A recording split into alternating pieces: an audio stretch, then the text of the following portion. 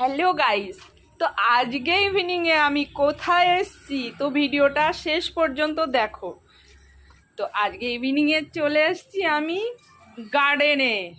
তো এসে দেখো একদম আমার শাড়ির কালারের ইয়েলো ইয়েলো কালারের ফুল নিয়ে নিচ্ছি। এটা আমি চুলে গুজবো।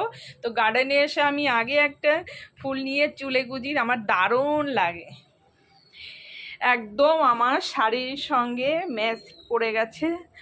তো ফুলটা আর এটা আমি এখন নিয়ে নিয়েছি, তো খুব ভালো লাগছে আমার কাছে।